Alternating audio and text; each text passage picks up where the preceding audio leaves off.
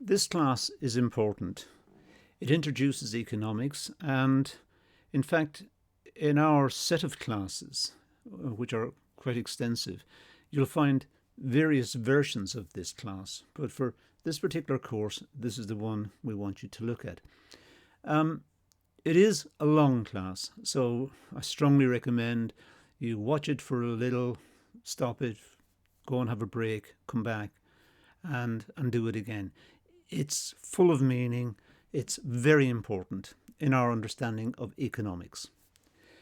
So to start, we need a definition of the subject, and nearly every economist has put forward some sort of definition of economics. The three that are very popular in the literature is Cannons, Marshalls and Robbins.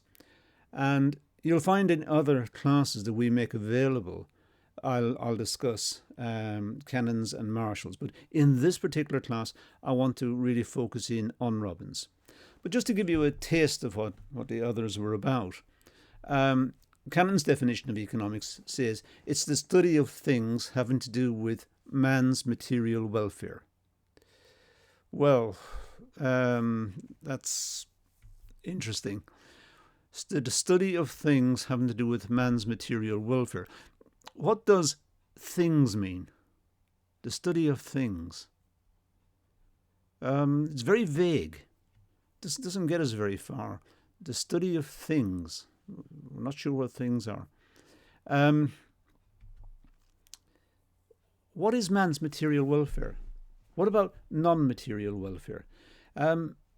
We know material welfare would be housing, food, clothing, medical attention, and all the things we require to live a good life. We've also got non-material. We've got academic, we've got the arts, we've got music, we've got all sorts of other things that are important to us. So just dealing with man's material welfare, that seems to be a bit constrained. So there are some criticisms, even though it's put forward by one of the great economists. Marshall, who's the father of economics, he's the one who gave us our understanding of the market and how it works. He said it's the study of mankind in the ordinary business of life, which is, again, a really lovely definition. But it doesn't help us a lot. What does ordinary business of life mean? It's too vague. The ordinary business of life. Is there an extraordinary business of life? There must be. If there's an ordinary business of life, there must be an extraordinary one, I suppose, to contrast it. It's very vague. It sounds like something we could say. It's the study of man in the ordinary business of life. It sounds easy. It sounds okay. But if we are very rigorous with it, it doesn't get us very far. It doesn't really tell us what it's about. So the definition we use is by Lord Robbins. Robbins' definition of economics, put forward, I think, in the 1940s. He said, economics is a science which studies human behaviour as a relationship between ends and scarce means which have alternative uses. Now, this definition is full of meaning. All of these words mean something. Economics is a science. It studies human behaviour, the relationship between ends, whatever ends are, and scarce means, which have alternative uses. All of these terms are important. And we will look at all of these terms in this class very briefly, but it does make it a slightly longer class than usual. But all are important. If you're happy with one, just skip on in the class and look at the next one. Or if you're happy with the definition as it stands, that's okay. Well, I just want to give a backdrop to each one of these different points. So economics is a science. Well, neoclassical economics, that's the sort of economics we're going to study, uses mathematical techniques. They're not very mathematical. It's just a mathematical way of thinking. We write down expressions. We write down the demand is equal to whatever, and the supply is equal to something else. And we try to work out where demand is equal to supply, and it's mathematical, but it doesn't have to be very mathematical, at least not in the early stages. If you pursue economics to a very high level and you study in particular what we call neoclassical economics, then that is mathematical. But economics tends to use the scientific method. That's what we mean by economics as a science. And what is the scientific method? Well, the scientific method is something along the following lines. We state a relationship between two variables. We state something. We say something determines something else. A dark cloud tends to go with rain. If the sky gets very dark clouds, the chances are it's going to rain. We're postulating a relationship. We're stating a relationship between two variables, dark clouds and rain. Now, that's nothing to do with economics, but there is a relationship. You can see how the relationship works there. We have two variables, dark clouds and rain. And we're saying they're connected. That's the relationship we are postulating. And in economics, we do the same thing. We postulate relationships between variables, between different observations. We see something else, and we say there's a relationship between the two. And then we try to work out what the relationship is, and we try to figure it out, and we try to generalize it. So, the scientific method goes by, we collect data. Go back to the example I gave you a second ago with the dark cloud. My experience is when I see dark clouds, I don't know about you, but when I see dark clouds, I think it's going to rain. There's a big dark cloud over there. It's coming this way. So it's going to rain soon. I collect data. I make observations.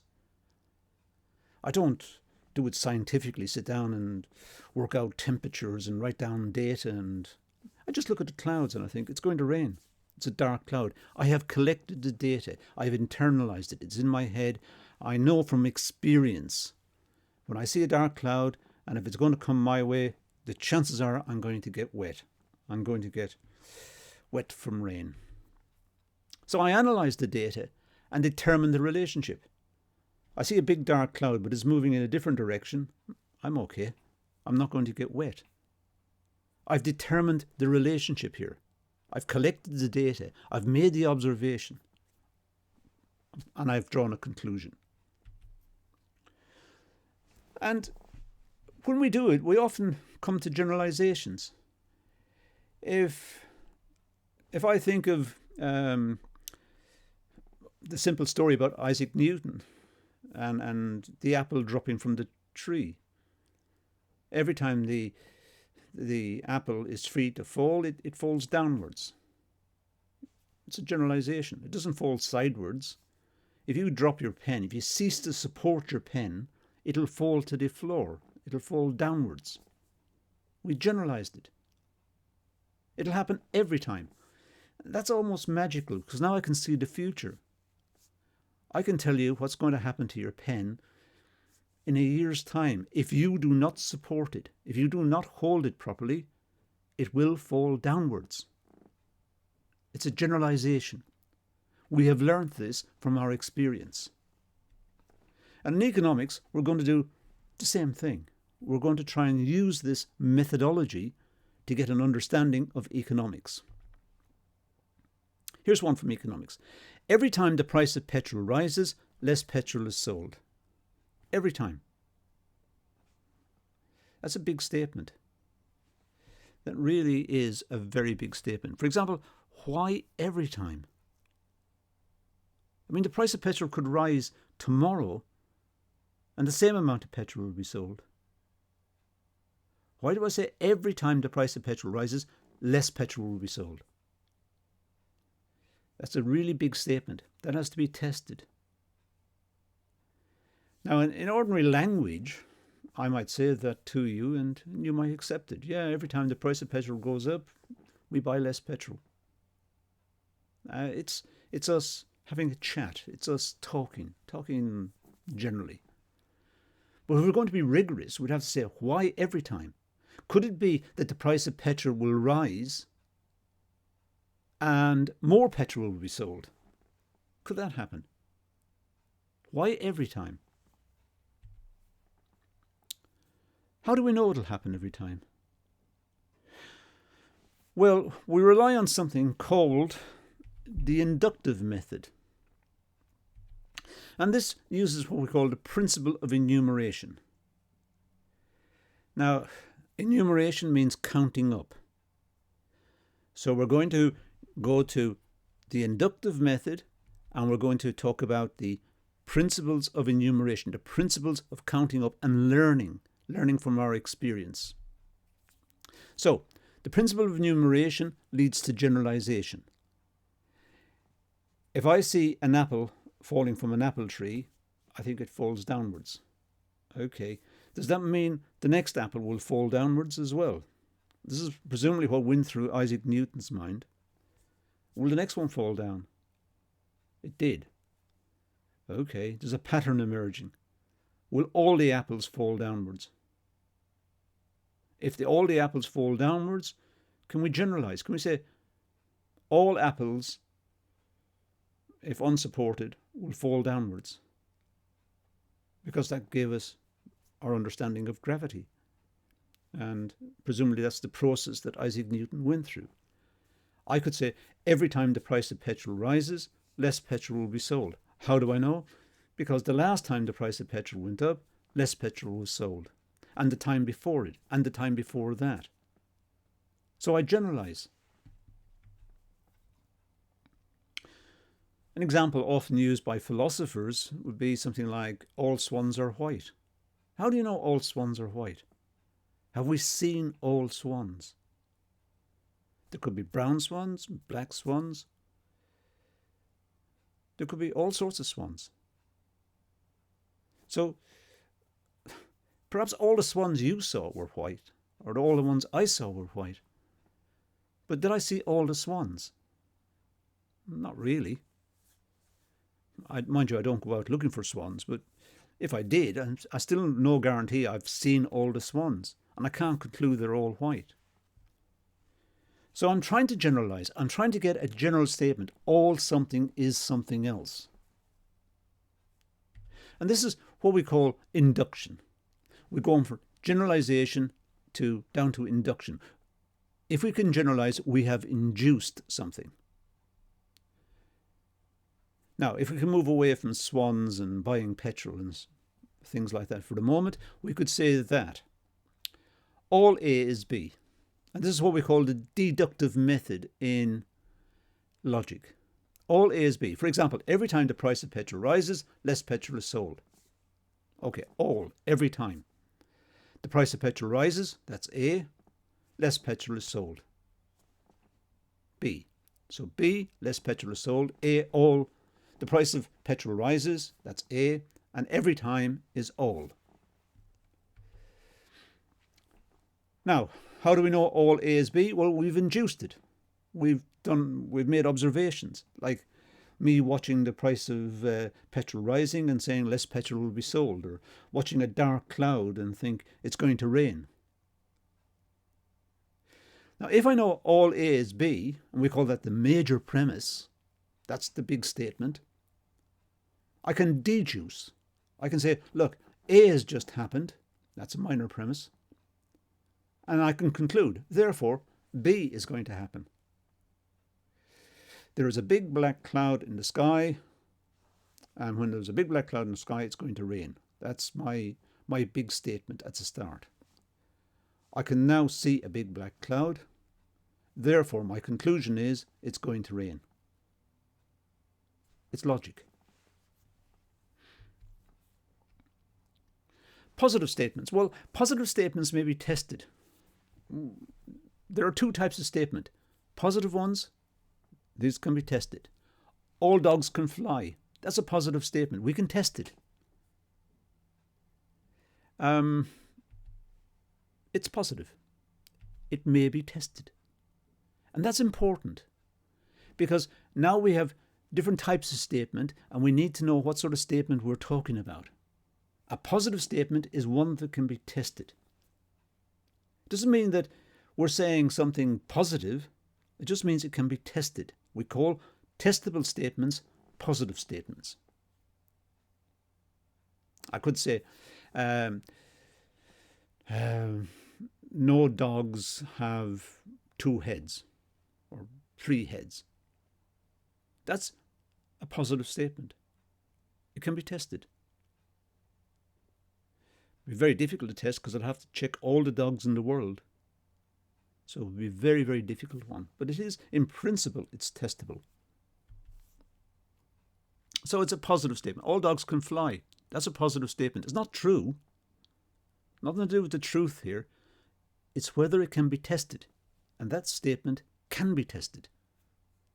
If I say all dogs can fly, then the dog the next door neighbour has got can fly.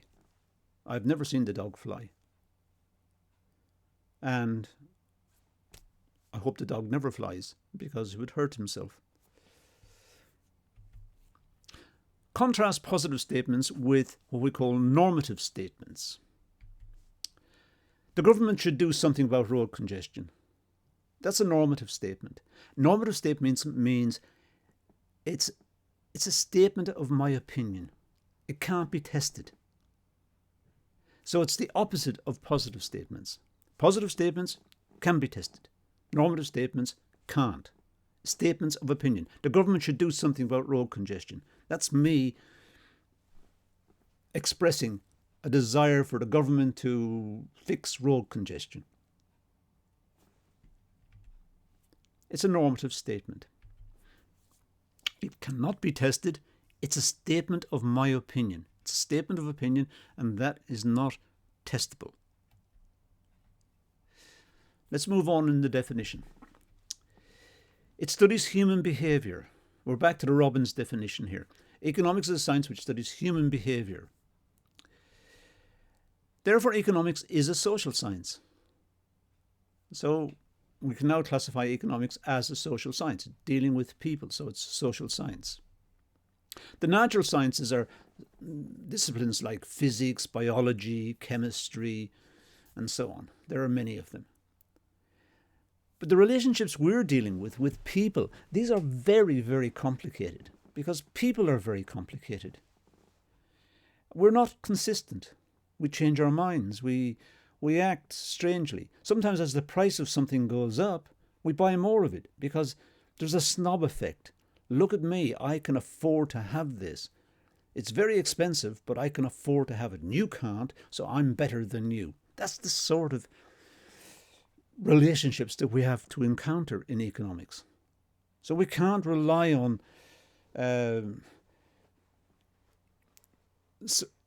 relationships like apply in physics or in chemistry, where the objects being studied do not have a consciousness. They don't set out to upset the experimenter.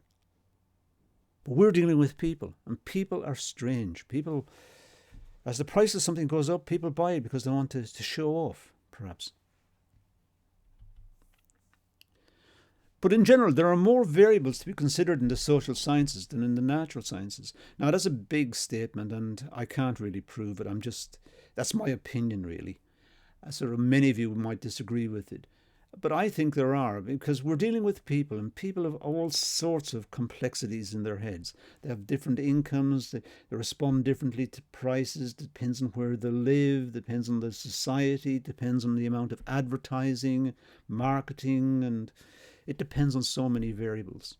So I think economists really have a big job to try and make sense of it all. I suppose what I'm saying is you should really feel sorry for economists and be sympathetic to them. Look after them. I was joking about that. The objective of study in the social sciences of man is very complex. We are complex characters, and we are full of inconsistencies, and our motivations are strange, and we don't act consistently. So we are very difficult to deal with. And we don't like to be predictable. We're quite perverse. The problem is, if we are predictable, it sounds like we're boring. You always do this. Every time that happens, you do that. You're a boring person. We don't want to be boring. We want to be interesting. So we're quite perverse. We don't even act predictably. So the problem of predictability in social sciences arises out of having to deal with mankind, man and woman. We have to deal with humans, and humans are difficult. We don't want to be predicted. There is a group of economists called the Austrians, a very controversial group in many quarters, but they think man is far too complex to be modelled by mathematics. They reject the scientific approach and rely on what they call subjective behaviour. So they completely disagree with everything we're doing in economics. They've got their own models of economics and they developed them from their own principles. And that's a fascinating study. And it's one that we're hoping to bring in some classes on at a later stage. So watch out for anything we do on Austrian economics, because that is a fascinating study.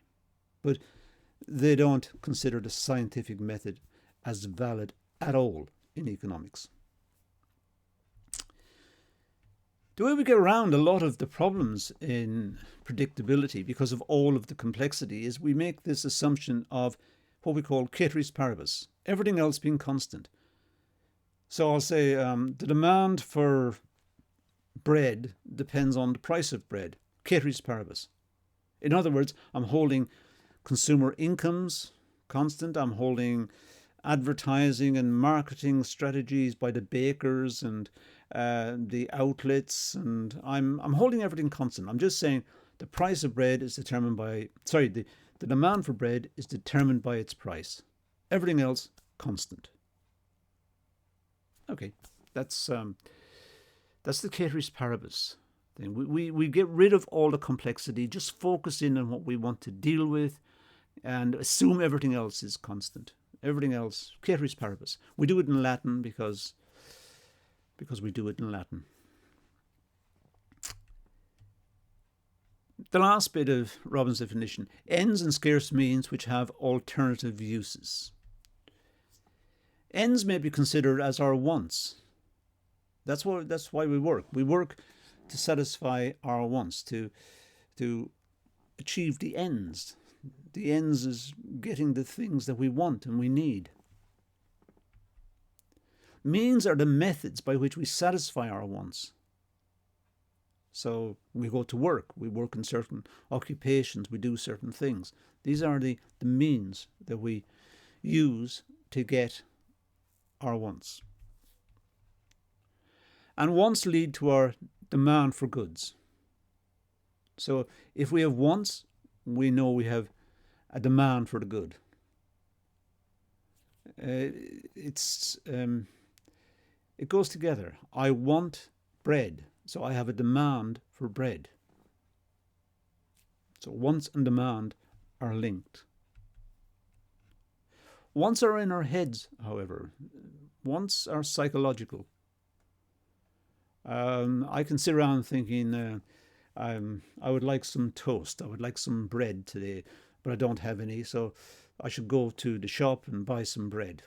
So my want, which was in my head, that's where I keep my wants, in my head, it's psychological, and then it causes an action. I go to the shop to buy bread, to satisfy the want, to satisfy this psychological impulse that I had to have toast. We also have biological. The satisfaction of our biological and cultural needs. We need a wide range of goods. Biological, we need medical, we need particular clothing in different climates, we need cultural, we need our minds. We're interested in music, we're interested in art, we're interested in games, we're interested in a lot of things. We have this other layer of needs which are not vital to us. Some of them are not vital to us, some of them are. We have a need for medical attention, we have a need for education, we have a need for a lot of things. So these are grouped them together and let's call them biological. We want food and shelter as the most basic. Um, when we think along these lines, there is a model that you'll come across in the study of business called Maslow's hierarchy of needs, where he sees the needs that we've got as like a triangle, going from the most basic needs at the bottom up to very high level needs at the top. The very top one is when we're absolutely satisfied, what he called self-actualization. So you'll bump into that model in your study of business, but not so much in economics.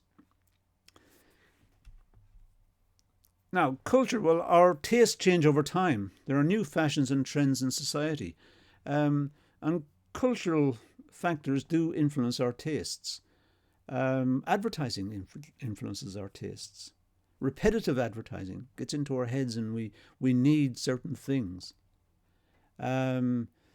Marketing, advertising, the dissemination of information about new products and rumours about what's going to be included in the next release of a computer or whatever, it all generates a demand in our heads. It gets us interested and it influences our tastes. We want this thing, this new computer, and we're prepared to give up something else. We're prepared to give up a holiday we were going to have in order to get the computer. So it's complicated, but you can see that there is an influence here. And we have a pressure to conform. And that's given to us by essentially the advertising industry. That there are fashions and people will follow the fashion. So when companies need to stimulate demand, they might bring out a new fashion. It could be in clothing or household goods or ways of living or where to travel on holiday or whatever it is. And they will try to get people to subscribe to that. So humans have many different types of wants and needs. These are satisfied by consuming or using either goods, physical goods such as food, or services, the non-physical items. By and large, we say we have unlimited wants. We always want more. And there are three reasons why goods tend to be, our demand for goods tend to be unlimited. Goods eventually wear out and we need to be replaced. So we have a demand continuously because goods are wearing out, becoming old or breaking down or whatever. Also, new and improved products become available. Well, this is typical of the computer industry. We buy a laptop and we're very happy with it, and by the time we get it home, it's out of date. There's a new chip or a new way of doing something, or so new products are coming out all the time. And we also just generally get fed up with what we've got. We're just fed up looking at the same things. Limited resources. Well, commodities and goods and services are produced by using resources called factors of production. We'll meet that term many times, particularly when we look at production later. Production and costs and the firm. So commodities are produced by using resources called factors of production. And there are four factors of production: land, labour, capital, and enterprise. Land is all natural resources, and the reward for land is rent.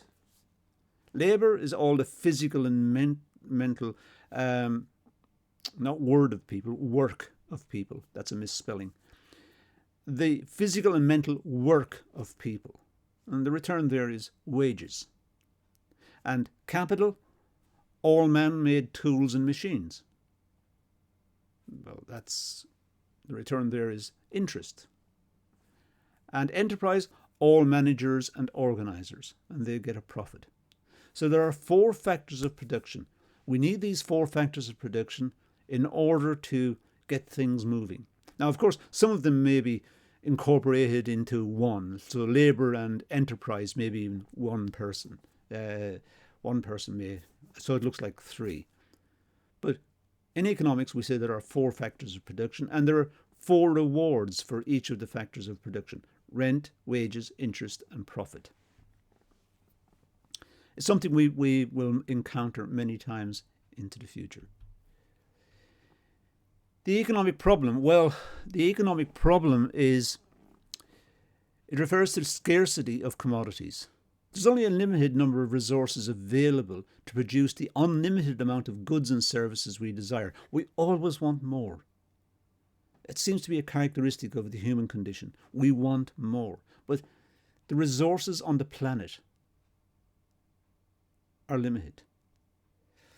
One great writer, Kenneth Boulding, said we live on spaceship Earth. That's all we've got. We've only got one planet.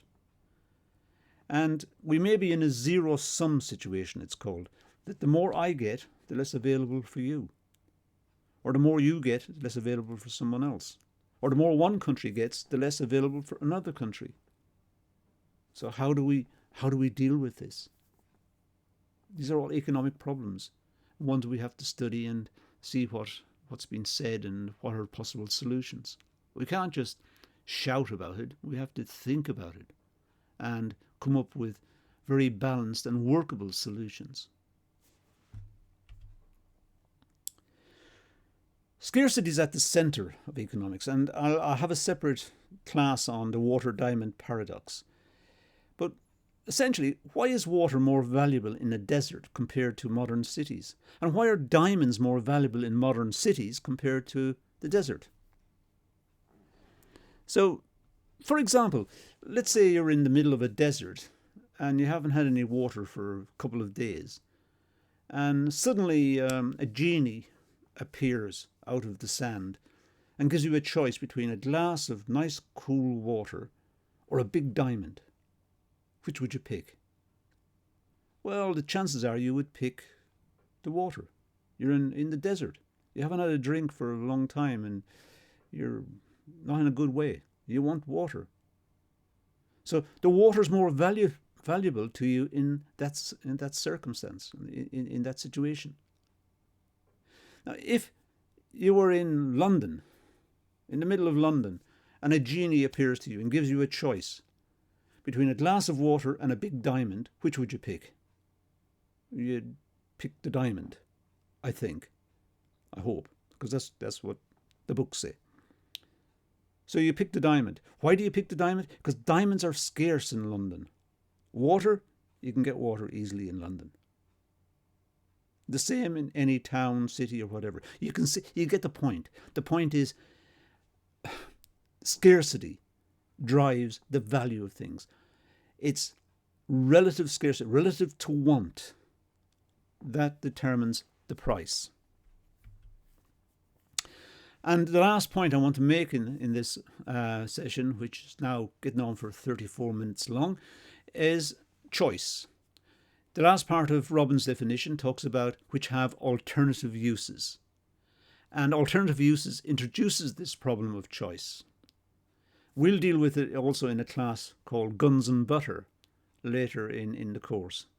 So watch out for that particular class, which is on Guns and Butter. A very simple class, but very powerful as well.